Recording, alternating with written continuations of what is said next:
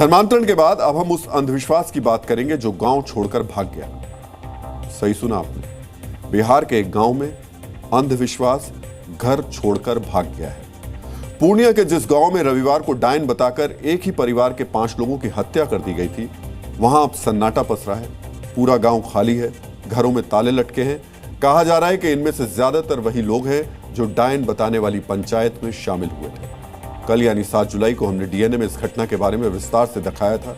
ये वारदात बर्बर इसलिए क्योंकि पूर्णिया जिले के टेडगामा गांव में उस परिवार के 5 लोग, जिनमें 3 महिलाएं थी और 2 पुरुष, इन्हें पहले बुरी तरह पीटा गया और उसके बाद पेट्रोल डालकर जिंदा जला दिया गया।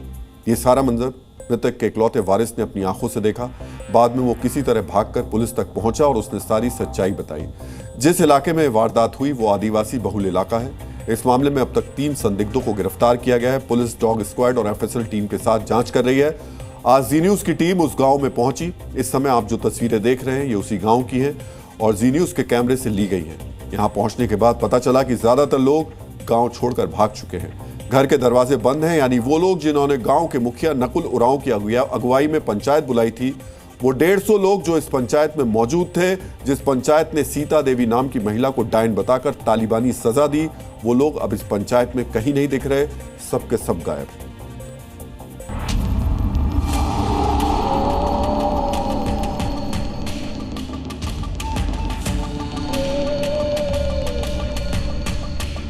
अरे कोई है घर में? कोई है भाई?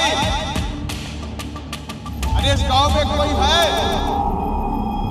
पूरे गांव में कोई नहीं है। पुलिस के डर से सब भागे हुए हैं। इन लोगों ने जघन्य अपराध किया है। अपराध किया है अपने ही जाति बिरादरी के उरांव परिवार की हत्या कर दी, जलाकर, जिंदा जलाकर मार दिया है।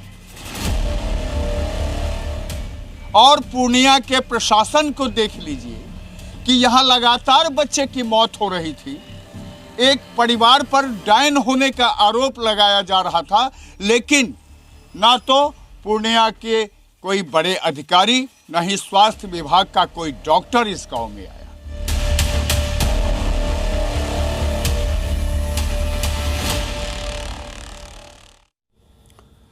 जानकारी के मुताबिक इस गांव में रामदेव उरांव नाम का एक व्यक्ति रहता है, जिसके बेटे की झाड़ फूंक के दौरान मौत हो गई। गांव के कुछ लोगों ने कहा कि सीता देवी की बुरी नजर इस बच्चे पर पड़ी, इसलिए उसकी मौत हुई।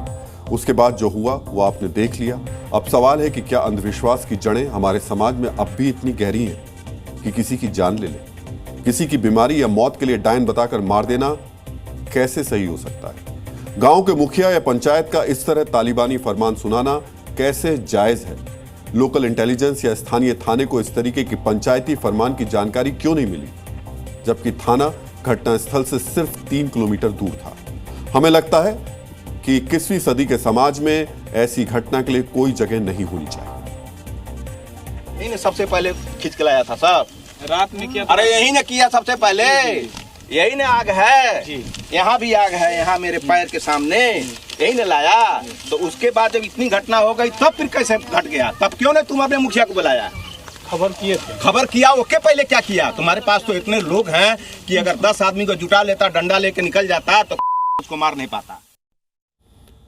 अंधविश्वास में मरने मारने वाली मानसिकता को बढ़ावा ना मिले, इसके लिए शासन प्रशासन को सख्त कदम उठाने चाहिए। जैसा कदम आज पटना में बिजनेसमैन गोपाल खेमका हत्याकांड को लेकर देखने को मिला। खेमका हत्याकांड में बिहार पुलिस को बड़ी सफलता हाथ लगी। पुलिस ने एनकाउंटर के एक आरोपी विकास उर्फ राजा को मार गिराया। खेमका की हत्या के लिए इसी ने शूटर को हथियार सप्लाई किए थे। मर्डर में इस्तेमाल की गई बाइक भी पुलिस ने बरामद कर ली। पुलिस के मुताबिक अशोक साहू नाम के व्यक्ति ने गोपाल खेमका की हत्या की सुपारी दी थी और इसके लिए 2 महीने पहले से साजिश रची जा रही थी। बिहार के डीजीपी विनय कुमार ने बताया कि जमीन विवाद की वजह से इस हत्याकांड को अंजाम दिया गया। शुरुआती पूछताछ में जो बताया गया कि इन लोगों के बीच में व्यापारिक संबंधों में खटास आ गई थी। जमीन के कारोबार में भी बताया जा रहा है, लेकिन अभी अंदर